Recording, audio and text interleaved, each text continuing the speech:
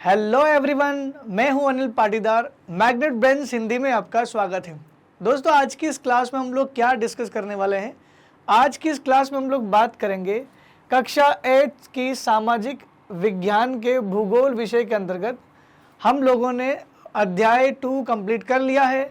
और अध्याय 2 क्या था हमारा? अध्याय 2 हमारा था भूमि, मृदा, जल, प्राकृतिक वनस्पति और वन्य जीव संसाधन। तो इसके अंतर्गत हम लोग आज बात करने वाले हैं दोस्तों एनसीईआरटी सॉल्यूशन के बारे में।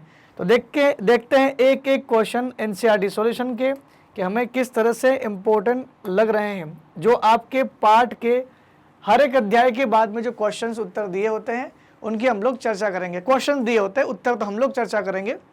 देखते हैं दोस्तों, पहला क्वेश्चन क्या बोलता है। पहला प्रश्न बोलता है कि निम्नलिखित प्रश्नों के उत्तर दीजिए। जब ऐसा प्रश्न लिखा है इसका मतलब इसका उत्तर आपको लिख करके देना है। ये आपको ऑब्जेक्टिव टाइप का क्वेश्चन तो नहीं है। तो देखते हैं क्वेश्चन में क्या लिखा है।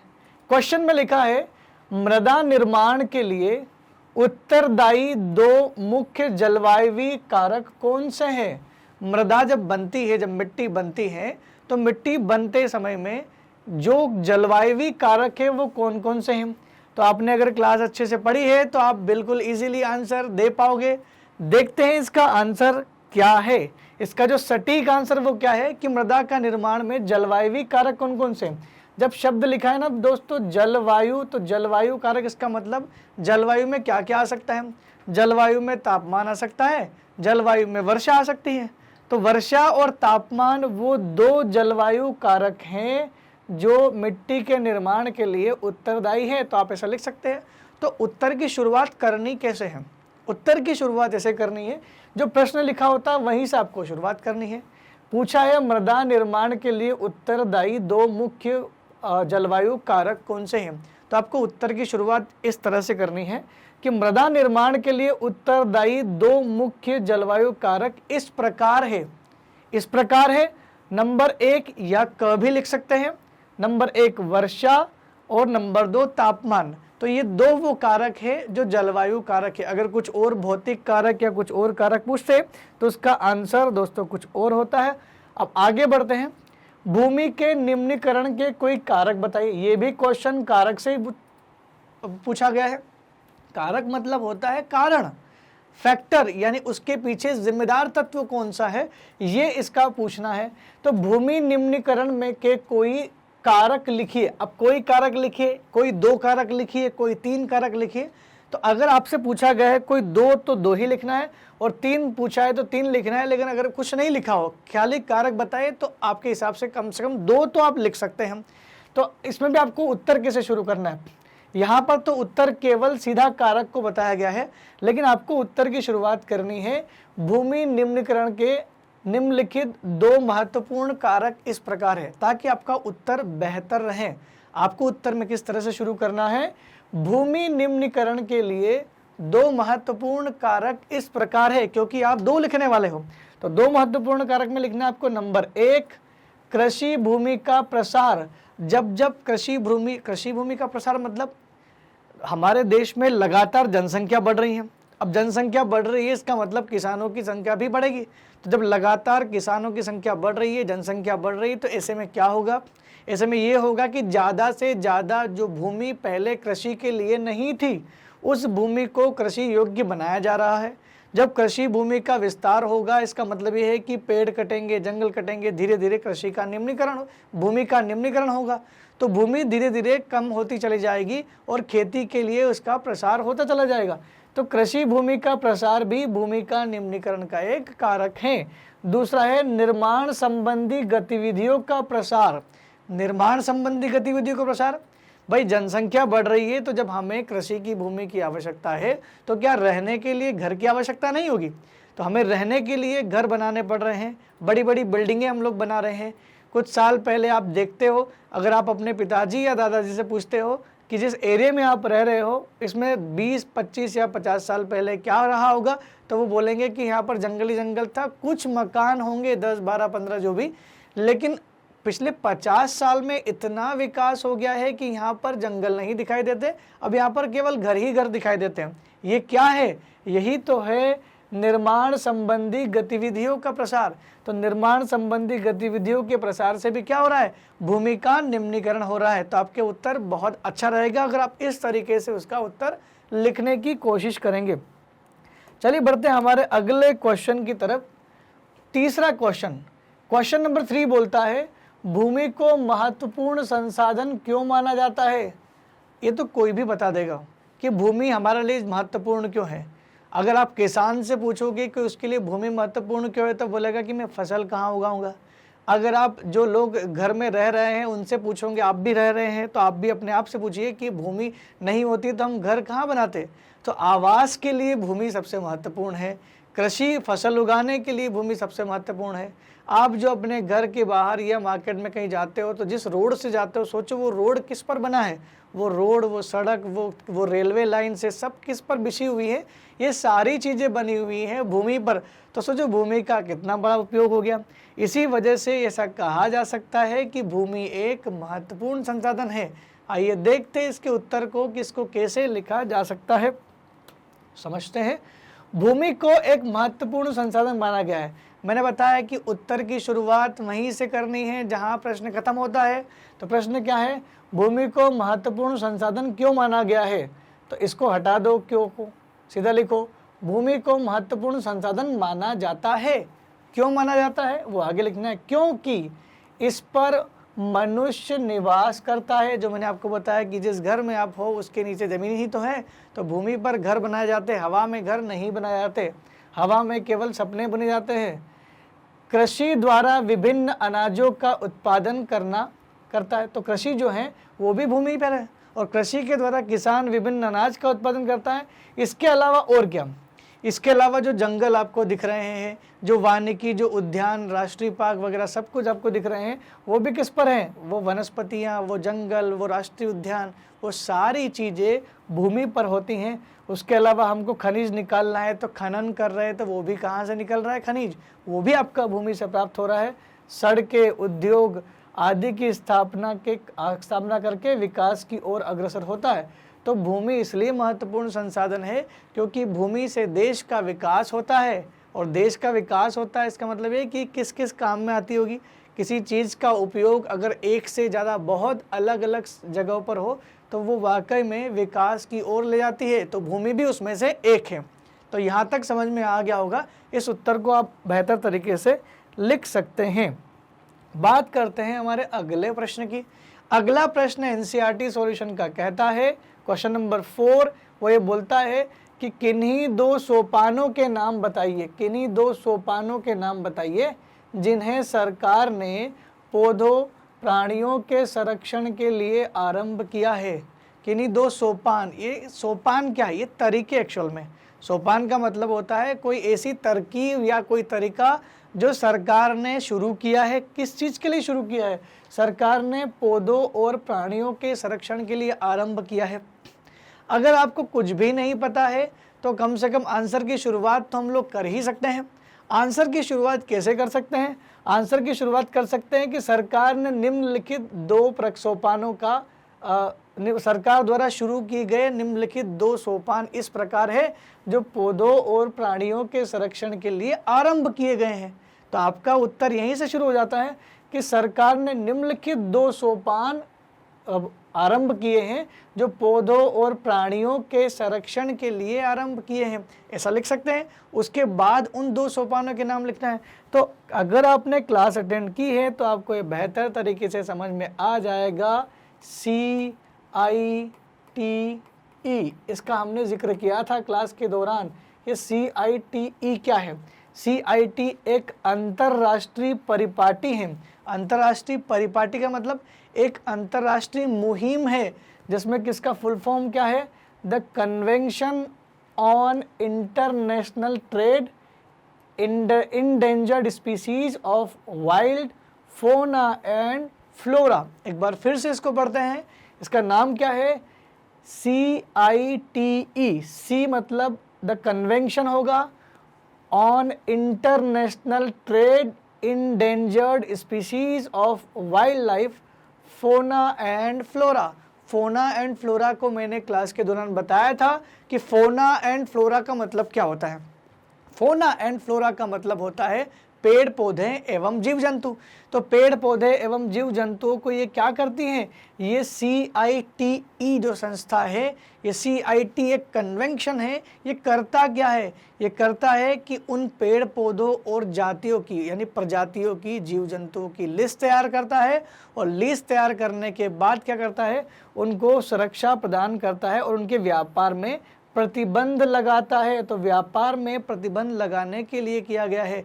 तो मैंने आपको क्लास के दौरान बताया भी था कि 5000 जीव हैं और 28,000 पौधों की प्रजातियां हैं जिनको इस CITE ने अपनी लिस्ट में लिस्टेड किया है।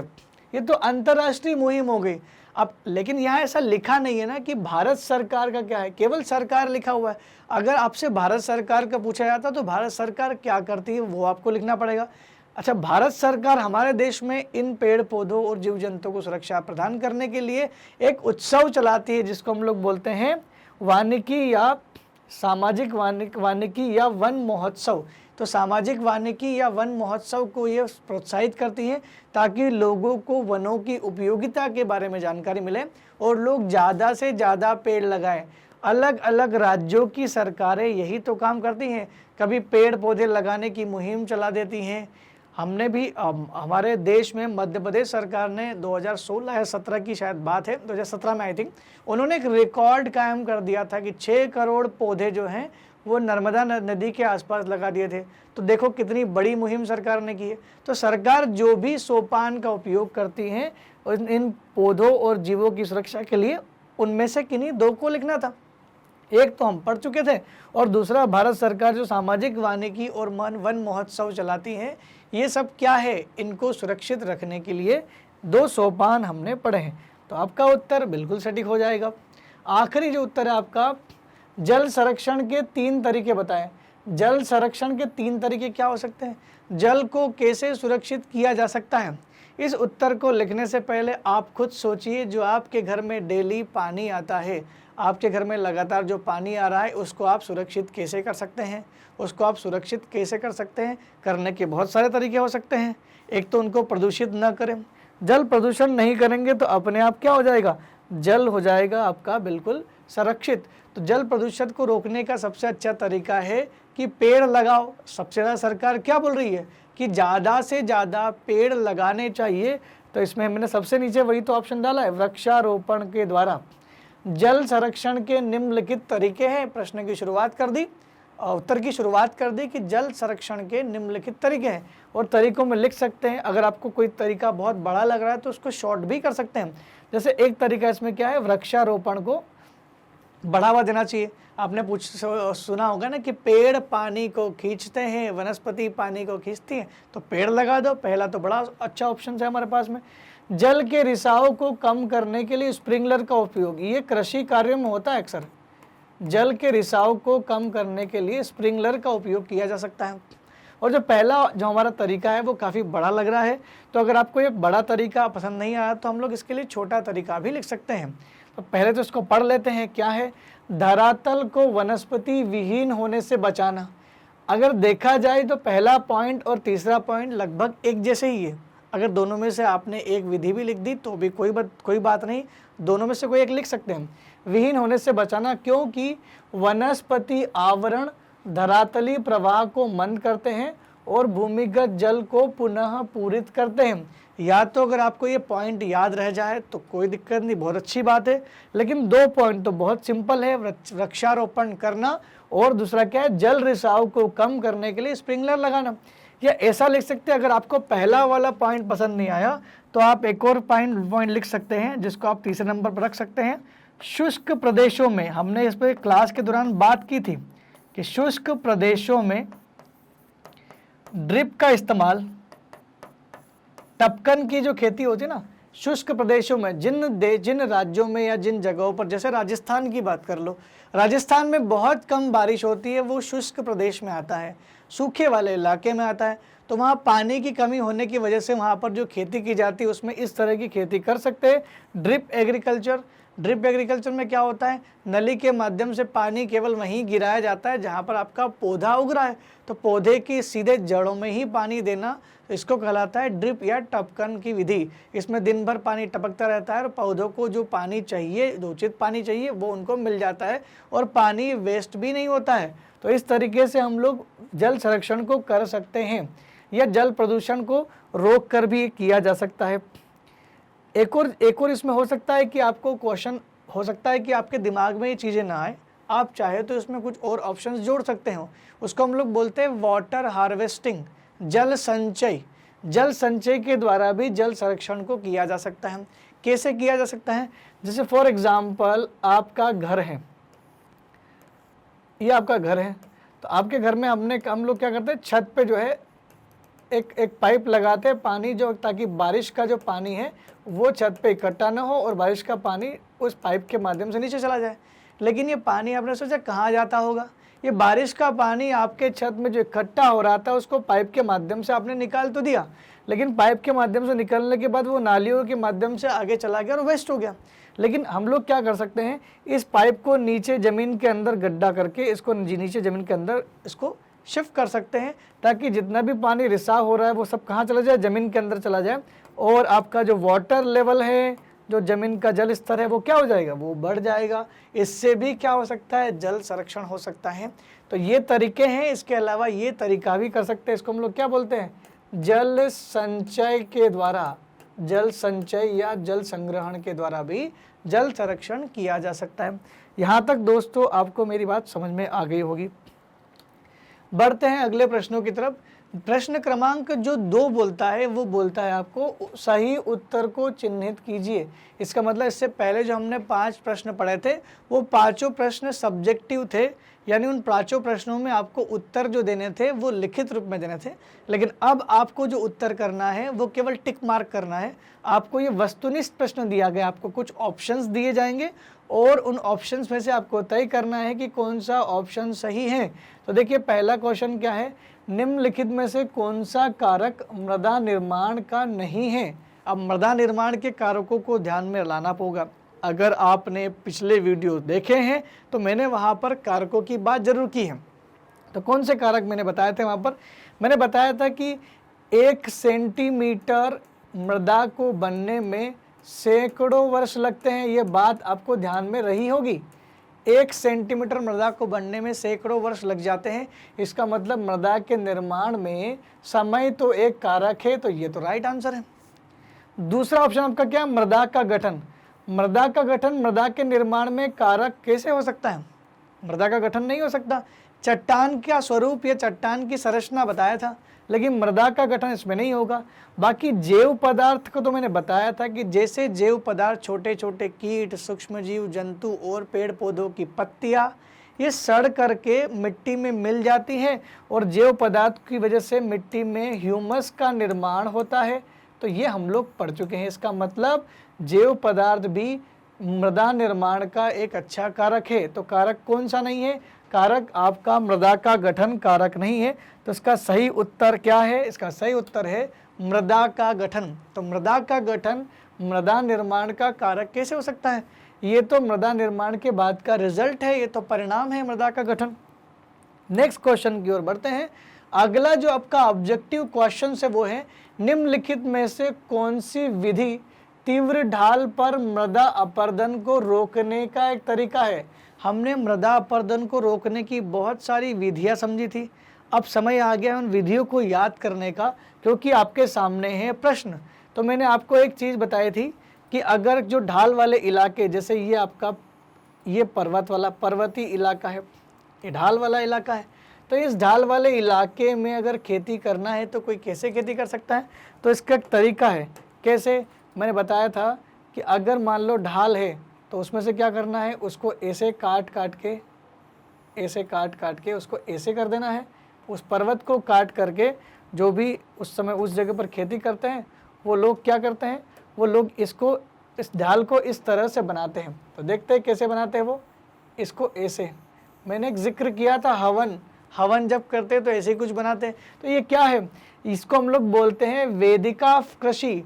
तो रक्षक मेखला भी हमने पढ़ा था, मैंने बताया था कि हवा के रास्ते में बड़े बड़े पेड़ लगा देना जिसने मृतापर्दन को रोक लिया हो। तो ये तो उन क्षेत्रों में लगाए जाते हैं जहाँ पर हवा तेज आती है। मल्चिंग जो है वो मल्चिंग बिछाने का मैंने बात बताया था कि शायद टमाटर की खेती करते हैं, मिर्ची की खेती करते हैं, तो एक्स्ट्रा जो भूमि बची होती है उसको कवर करने के लिए पॉलीथीन से कवर कर दो या कोई दूसरा तरीका प्रवाल से, जीवों से उसको कवर कर देते ताकि उसकी नमी बनी रहे। ये हमने पढ़ा था। तीसरा वाला वेदिका फॉर्म, जो ये उदाहरण है, ढाल पर खेती करने के लिए वेदिका फॉर्म बनाए जाते हैं और इसी को हम लोग क्या बोलते हैं, वेदिका कृषि। तो ये वेदिका कृषि ही इसका उदाहरण है। तो तीव्र ढाल पर मृदा अपरदन को रोकने के लिए सबसे उपयुक्त तरीका क्या है, वेदिका कृषि करके। भारत में बहुत सारे ऐसे राज्य हैं जहाँ पर चाय और कॉफ़ी की जो खेती की जाती है, चाय की अक्सर जो खेती की जाती है वो इसी प्रकार से की जाती है। फलों और फूलों की खेती में भी वेदिका फॉर्म का इस्तेमाल किया जाता है, चाहे वो आंध्र प्रदेश हो, चाहे वो हिमाचल प्रदेश हो, उत्तराखंड हो या नॉर्थ ईस्ट उत्तर पूर्वी राज्यों में भी बहुत सारी जगह आपको इस प्रकार की कृषि देखने को मिलेगी। चलिए बढ़ते हैं हमारे अगले प्रश्न की ओर। तो इसका आंसर क्या होगा दोस्तों, वही जो मैंने बताया है, वेदिका कृषि। आगे बढ़ते हैं नेक्स्ट क्वेश्चन की ओर। हमारा अगला प्रश्न है कि निम्नलिखित में से कौन सा प्रकृति के संरक्षण के अनुकूल नहीं है। निम्नलिखित में से कौन सा प्रकृति के संरक्षण के अनुकूल नहीं है। तो प्रकृति का संरक्षण मतलब जो प्रकृति को सेफ करता हो, सुरक्षा प्रदान करता हो। तो पढ़ते हैं, हमारे पहले हम लोग ऑप्शंस पढ़ेंगे। पहला ऑप्शन है बल्ब को बंद कर देना जब आवश्यकता न हो। तो ये तो हर कोई हमें घर पे भी सिखाता है। आपको अगर आपको घर की बिजली बचानी है ताकि आपका बिजली का बिल ज़्यादा ना आए, तो आप सबसे पहले क्या करोगे, आप ये देखते हो कि घर में कोई ऐसी चीज़ तो नहीं चल रही जिसका उपयोग नहीं है। जैसे अगर मान लो किसी कमरे का बल्ब जल रहा है या पंखा चल रहा है और उस कमरे में कोई है ही नहीं, तो ये तो उसका दुरुपयोग हो गया। तो आप क्या करते हो, सबसे पहले जाकर के उसके बल्ब को बंद करते हो ताकि हमारी ऊर्जा क्या हो जाए, वेस्ट ना हो। तो ये तो बिल्कुल सही तरीका है, बल्ब को बंद कर देना जब आवश्यक ना हो। ये सही है, लेकिन ऑप्शन सही नहीं क्यों होगा, क्योंकि संरक्षण के अनुकूल नहीं है। जो प्रकृति के संरक्षण के अनुकूल नहीं है वो ऑप्शन हमें तय करना है। तो ये बल्ब को बंद कर देना ये तो प्रकृति के संरक्षण के बिल्कुल अनुकूल है, तो ये तो उसका ऑप्शन नहीं होगा। दूसरा ऑप्शन है नल को उपयोग करने के बाद तुरंत बंद कर देना, ये भी सही है। प्राकृतिक संसाधन है हमारा जल और जल की सुरक्षा करना हमारा कर्तव्य है। ऐसे में अगर नल बह रहा है तो नल को उपयोग के बाद बंद कर देना समझदारी होती है। तो ऐसे में मैं कह सकता हूँ कि नल को अगर आप उपयोग के बाद बंद कर रहे हो तो ये प्रकृति के संरक्षण की अनुकूल तरकीब है। लेकिन हमें उत्तर क्या देखना कि कौन सा अनुकूल नहीं है। तो आइए बढ़ते हैं तीसरे ऑप्शन की ओर, खरीदारी के बाद पॉली बैग नष्ट कर देना। ये खरीदार के बाद पॉली बैग जो होते हैं, देखिए पॉली बैग का रीयूज़ करना चाहिए, रिसाइकल करना चाहिए, नष्ट कर देना, जलाना वगैरह ये नहीं करना चाहिए। इससे तो पर्यावरण को प्रदूषण फैलता है। अगर मैं आपसे ऐसा कहूँ कि आप जो है पॉलीथीन में बहुत सारी सब्जी खरीद करके ले आए और पॉलीथीन को आपने फिर नष्ट कर दिया, जला दिया, पहली बात तो पॉलीथीन का इस्तेमाल करना ही प्रकृति के अनुकूल नहीं है, और दूसरी बार आपने उसको नष्ट करने के लिए उसको जला दिया या ज़मीन में गाड़ दिया, तो दोनों ही तरीके गलत है। क्योंकि उसको रिसाइकल करना चाहिए। अगर रिसाइकल नहीं हो पा रही पॉलीथीन, तो पॉलीथीन की जगह कपड़े का या किसी और चीज़ का थैला इस्तेमाल करना चाहिए, तो वो हमने नहीं किया। तो तीसरा वाला जो है प्रकृति के बिल्कुल भी अनुकूल नहीं है, इसलिए जो सही ऑप्शन हमारा क्या होगा, वो होगा आपका तीसरा वाला ऑप्शन, क्योंकि उसने पूछा है कि संरक्षण के अनुकूल नहीं है, और वो कौन सा है, वो है आपका ऑप्शन नंबर सी। देखते इसका सही आंसर क्या है। इसका सही आंसर है दोस्तों खरीदारी के बाद पॉली बैग नष्ट करना। चलिए बढ़ते हैं हमारे अगले प्रश्न की ओर। अगला प्रश्न दोस्तों है सही जोड़ी का।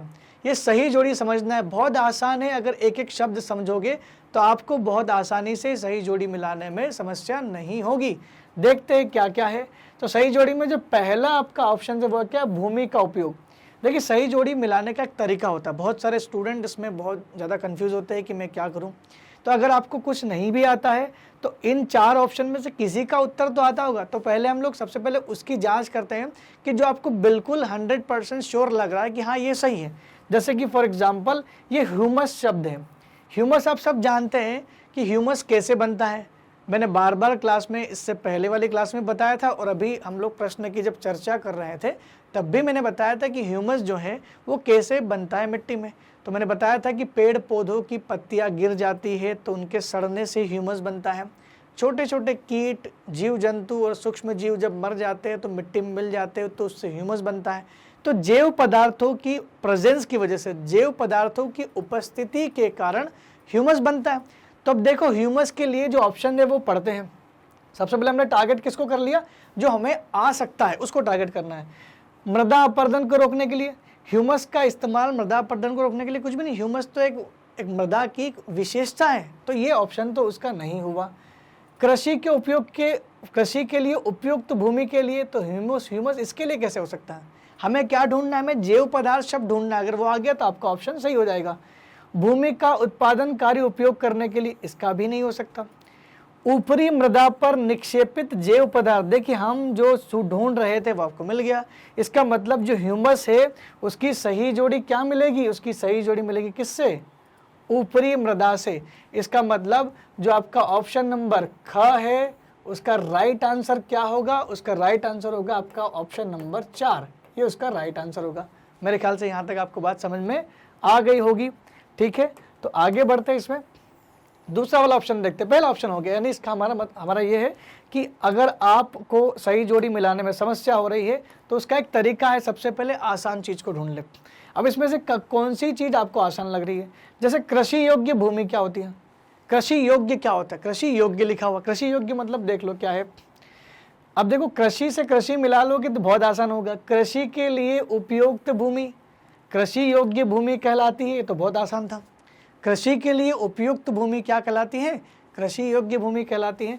तो आपका जो ऑप्शन नंबर घ है उसका सही आंसर क्या हो गया, आपका ऑप्शन नंबर 2 आपका सही आंसर हो गया। तो हमने 4 में से 2 तो ढूंढ लिए हैं, 4 में से 2 ढूंढ लिए, तो और बाकी क्या करते हैं हम लोग, देखिए भूमि का उपयोग हम लोग किस लिए करते हैं, भूमि का उपयोग भूमि से हम लोग उत्पादन निकालते हैं ना, भूमि का उपयोग फसल उगाने के लिए करते हैं। तो भूमि से उत्पादन होता है, तो उसका सीधा आंसर क्या बनना चाहिए, ऑप्शन नंबर 3, भूमि का उत्पादनकारी उपयोग करना ही भूमि का उपयोग कहलाता है।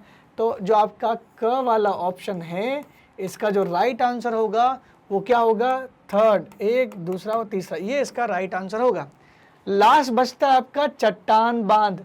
मैंने बताया था कि मृदा संरक्षण को, भूमि के संरक्षण को रोकने के लिए क्या क्या उपाय करने चाहिए, तो उसके लिए मैंने एक बताया था कि चट्टान बांध बनाना चाहिए। चट्टानों को काट करके ऐसी सकरी नाली बना दो ताकि मृदा अपरदन को रोक सके। तो आपका ग का ऑप्शन क्या बचा, और वैसे भी 3 ऑप्शन हम कर चुके हैं, आखिरी ऑप्शन बचता है मृदा अपरदन को रोकना। तो आपका ऑप्शन नंबर ग जो है उसका राइट आंसर क्या होगा, पहला उसका राइट आंसर होगा। तो देखिए कितने आसान तरीके से हमने सबके उत्तर देख लिए हैं। आप इन उत्तरों को मिला करके अपना NCERT सॉल्यूशन कर सकते हैं। चलिए बढ़ते हैं आगे की बात करते हैं। यहाँ तक आपको आसानी से समझ में आ गया होगा। नेक्स्ट क्वेश्चन हमारे जो है उसमें क्या करना है, आपको निम्नलिखित कथनों में सत्य और असत्य बताइए। जो भी कथन आपको दिए जाएंगे उसमें से आपको तय करना है कि क्या ये कथन सही है या ये कथन असत्य है। तो सत्य और असत्य को इसमें बताना है। तो पहले कथन पढ़ते हैं पहला, और अगर सत्य है तो कारण भी लिखना है, असत्य है तो कारण लिखने की जरूरत नहीं है। तो ये तो बड़ा काम हो गया। अगर आपका ऑप्शन सही हुआ तो ये सबसे बड़ी समस्या हो जाएगी कि आपको एक्सप्लेन करना पड़ेगा, लेकिन अगर आपका ऑप्शन गलत है तो आपके लिए समस्या खत्म हो जाएगी, आपको खाली असत्य लिख के आगे बढ़ना है। लेकिन ऐसा नहीं कर सकते हम लोग कि सही ऑप्शन को असत्य लिख के हम हमारा काम खत्म कर दें। तो जो सही होगा उसको पहले समझेंगे और फिर उसके कारण को भी हम लोग जानकारी निकालेंगे, कारण क्या होगा। पहला ऑप्शन से आपका भारत का गंगा ब्रह्मपुत्र का मैदान अत्यधिक आबाद प्रदेश है। भारत का गंगा और ब्रह्मपुत्र का मैदान, गंगा का मैदान, ब्रह्मपुत्र का मैदान, ये अत्यधिक आबाद प्रदेश है। अत्यधिक आबाद प्रदेश है या नहीं इसकी चर्चा करते हैं। तो मैंने आपको बताया था दोस्तों कि दुनिया में ज़्यादातर जनसंख्या आपको वहाँ मिलेगी जहाँ पर उनको खेती करने के लिए भूमि मिलेगी। ज़्यादातर जनसंख्या वहाँ मिलेगी जहाँ पर पानी इस्तेमाल करने के लिए प्रॉपर होगा। अगर इतना अमाउंट मात्रा में पानी है कि वो खेती भी कर सकते हो और रोज़मर्रा के जीवन को भी जी सकते हैं, तो ऐसे क्षेत्रों में आपको जनसंख्या ज़्यादा ही मिलेगी। गंगा का मैदान जो इलाका है वो पड़ता है दोस्तों उत्तर प्रदेश वाले इलाके में, बिहार वाले इलाके में। तो बिहार और उत्तर प्रदेश का इलाका गंगा का मैदानी भाग ही तो है। और भारत में सबसे ज़्यादा जनसंख्या जो है इन्हीं दो राज्यों में ही तो है। बिहार में भी जनसंख्या काफ़ी ज़्यादा है और उत्तर प्रदेश तो सबसे ज़्यादा जनसंख्या वाला राज्य है। तो ये कथन तो बिल्कुल सत्य है। तो सत्य है तो हमें क्या करना पड़ेगा, क्योंकि क्वेश्चन लिखा अगर सत्य है तो आपको कारण भी बताना पड़ेगा। तो पहले तो इसको लिखना पड़ेगा कि हाँ ये सत्य है। तो कारण क्या है? कारण यह है कि मैदान अत्यधिक उपजाऊ होते हैं। मैंने बोला था कि मैदानी भाग जो होते हैं वहाँ पर कौन सी मिट्टी पाई जाती है? ज़्यादातर मैदानी भागों में आपको मिलेगी एलिवियल सॉइल, या उसको हम लोग हिंदी में बोलते हैं जलोढ़ मिट्टी। तो ये जलोढ़ मिट्टी आपको यहाँ मिलेगी। ये जलोढ़ मिट्टी आती कहाँ से? नदियाँ खुद बहा कर ले जाती है।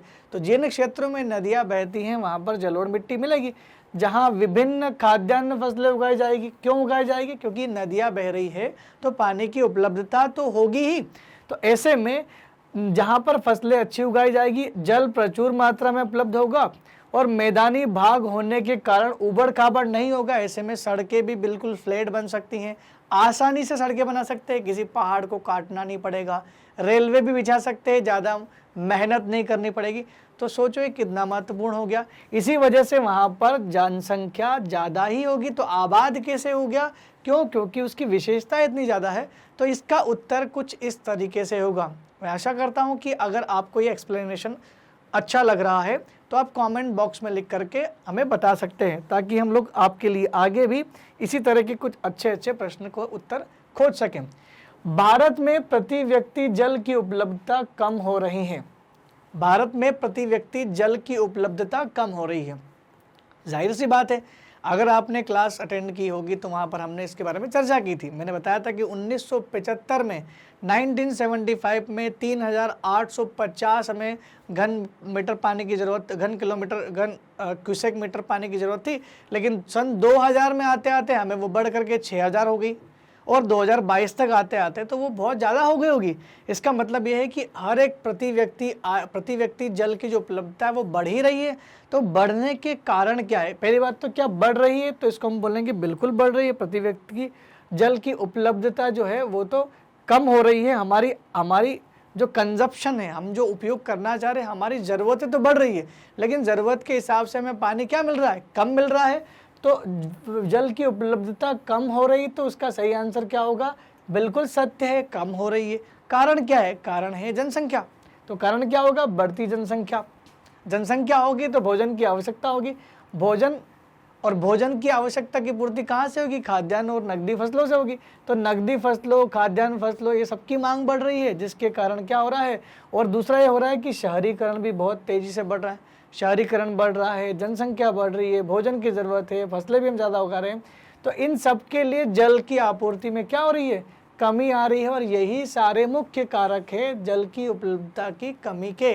तो ये सत्य था बिल्कुल। ये जो लाइन लिखी गई है कि भारत में प्रति व्यक्ति जल की उपलब्धता कम हो रही है, तो उसके कारण आप ये लिख सकते हैं। अगर आपके दिमाग में ज़्यादा कारण नहीं भी आ रहे तो एक दो कारण भी लिख सकते हैं। बढ़ती जनसंख्या और उनकी मांग की पूर्ति के कारण, बढ़ती जनसंख्या और उनकी बढ़ती मांग के कारण पानी की उपलब्धता में कमी आ रही। केवल इतना लाइन भी लिख दोगे तो आपका उत्तर यहाँ पर भी सटीक होगा, क्योंकि सारी चीज़ें जनसंख्या से ही जुड़ी हुई है।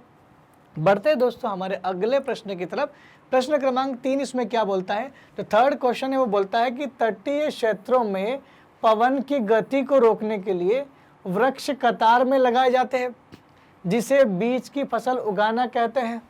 देखिए, तटीय क्षेत्रों में पवन की गति को रोकने के लिए वृक्ष कहाँ लगाए जाते हैं? कतार में लगाए जाते हैं। वृक्षों को कतार में लगाना क्या कहलाता है? हालांकि दो चीज़ें इसमें मिक्स कर दी गई हैं, लेकिन आपको ध्यान देना है इस वाले पॉइंट को, वृक्ष को कतार में लगाया जाना। मैंने आपको एक फ़ोटो भी दिखाया था और मैंने आपको मृदा के अपरदन को रोकने की तरकीब भी बताई थी कि तकनीक को हम लोग क्या बोलते हैं, उस विधि को हम लोग क्या बोलते हैं। तो उस विधि को, तो पहली बात तो है कि ये सही है कि गलत है? तो बिल्कुल ये सही, ऑप्शन तो सही होना चाहिए। तो देखिए, अगर हम लोग इसको ऐसे देखते हैं कि तटीय क्षेत्रों में पवन की गति को रोकने के लिए कतार में वृक्ष लगाया जाता है, ये तो बिल्कुल सही कि हाँ लगाए जाते हैं। लेकिन अगर आपने उसका ऑप्शन देखा होगा तो उसको हम लोग क्या बोलते हैं? उसको हम लोग बोलते हैं रक्षक मेखला। तो अगर आप सोच रहे हो कि जब सर बोल रहे हैं कि बिल्कुल सही है, लगाए तो जाते, तो फिर ये ऑप्शन असत्य क्यों होगा? तो ये ऑप्शन इसलिए असत्य होगा क्योंकि इसमें दो चीज़ मिक्स कर दी है। मैंने वही बोला कि दो दो चीज़ मिक्स कर दी है। तो इसको लगाए जाते हैं, जिसे हम लोग क्या बोलते हैं? जिसे हम लोग रक्षक मेखला बोलते हैं। तो रक्षक मेखला बोलते हैं, लेकिन यहाँ पर क्या दिया है? जिसे हम लोग क्या बोलते हैं? बीज की फसल उगाना। इसे बीज की फसल उगाना नहीं बोलते हैं दोस्तों, इसको क्या बोलते हैं? इसको बोलते हैं हम लोग रक्षक मेखला। इसी वजह से कभी कभी क्या होता है, ये ऑप्शन पढ़ के हमको लगता है कि सही तो लग रहा है, लेकिन आगे पढ़ेंगे तो समझ में आएगा कि बीज की फसल उगाना तो दूसरी तरकीब है जो तटीय क्षेत्रों में इस्तेमाल नहीं की जाती है। तो उसका आंसर क्या होगा? रक्षक मेखला, इसलिए असत्य है। और असत्य है तो आपको एक्सप्लेन करने की ज़रूरत नहीं है, लेकिन फिर भी ध्यान में जरूर रखना होगा कि इसका सही उत्तर क्या होगा। इस तरकीब को बीज की फसल उगाना नहीं कहते हैं, जबकि क्या कहते हैं? रक्षक मेखला इसे कहा जाता है। इसलिए ऑप्शन क्या हो गया? असत्य है। अगर आप इसको सत्य करते तो आपको बताना पड़ता कि क्यों सत्य है, जो कि आपका बिल्कुल गलत हो जाता। आगे बढ़ते हैं नेक्स्ट क्वेश्चन की ओर। मानवीय हस्तक्षेप और जलवायु परिवर्तन परितंत्र को व्यवस्थित रख सकते हैं। कैसे रख सकते हैं? मानवीय हस्तक्षेप और जलवायु परिवर्तन परितंत्र को व्यवस्थित कैसे रख सकते हैं? हम तो लगातार ये बात कर रहे हैं कि मानवीय हस्तक्षेप और जलवायु परिवर्तन के कारण इस पर्यावरण को बहुत हानि हुई है। तो मानवीय हस्तक्षेप से तो पर्यावरण को बहुत ज़्यादा हानि हो रही है, तो इसको परितंत्र को सुरक्षित कैसे रख सकते हैं? तो ये तो वैसे ही असत्य है, इसको ना तो एक्सप्लेन करने की ज़रूरत है और ना सोचने की ज़रूरत है। तो मानव की वजह से तो सब कुछ हो रहा था, तो ये ऑप्शन क्या आ जाएगा आपका? असत्य। तो इसको एक्सप्लेन करने की आपको आगे ज़रूरत नहीं पड़ेगी। तो दोस्तों, आज की क्लास में हम लोगों ने एनसीईआरटी सॉल्यूशन के बारे में चर्चा की है। एनसीईआरटी सॉल्यूशन में हम लोगों ने 3 तरह के प्रश्नों पर चर्चा की है। पहले वो प्रश्न जिसका उत्तर हम लोगों ने शब्दों में लिखा है। दूसरे प्रश्न जिसमें हमें बहुविकल्पी ऑप्शन मिले थे, जिसमें से हमने किसी एक को टिक कर दिया। और तीसरे सत्य या असत्य की जानकारी को लेकर है। उसमें यह भी कहा गया था कि अगर आपका ऑप्शन सत्य है तो आपको उसका कारण बताना पड़ेगा। हमने कारण भी बताया और हमने ये भी देखा कि कहाँ हम लोग गलती करके सत्य को असत्य या असत्य को सत्य कर देते हैं, तो उसका भी एग्जाम्पल मैंने एक आपको दे दिया है। तो दोस्तों, मैग्नेट ब्रेन्स हिंदी आपके लिए लेकर के आया है 100% मुफ्त शिक्षा, जो क्लास 6 से कक्षा 12वीं तक के लिए ऑनलाइन प्लेटफॉर्म पर उपलब्ध कराई जाती है, जो हिंदी और अंग्रेजी दोनों माध्यम में आपको मिलती हैं। इसके साथ ही अगर आप चाहते हैं कि हमारे वीडियो आपको आसानी से उपलब्ध हो जाए, तो आपको मैग्नेट ब्रेन्स हिंदी चैनल को लाइक, शेयर और सब्सक्राइब करना होगा। तब तक के लिए दोस्तों धन्यवाद। Thank you very much.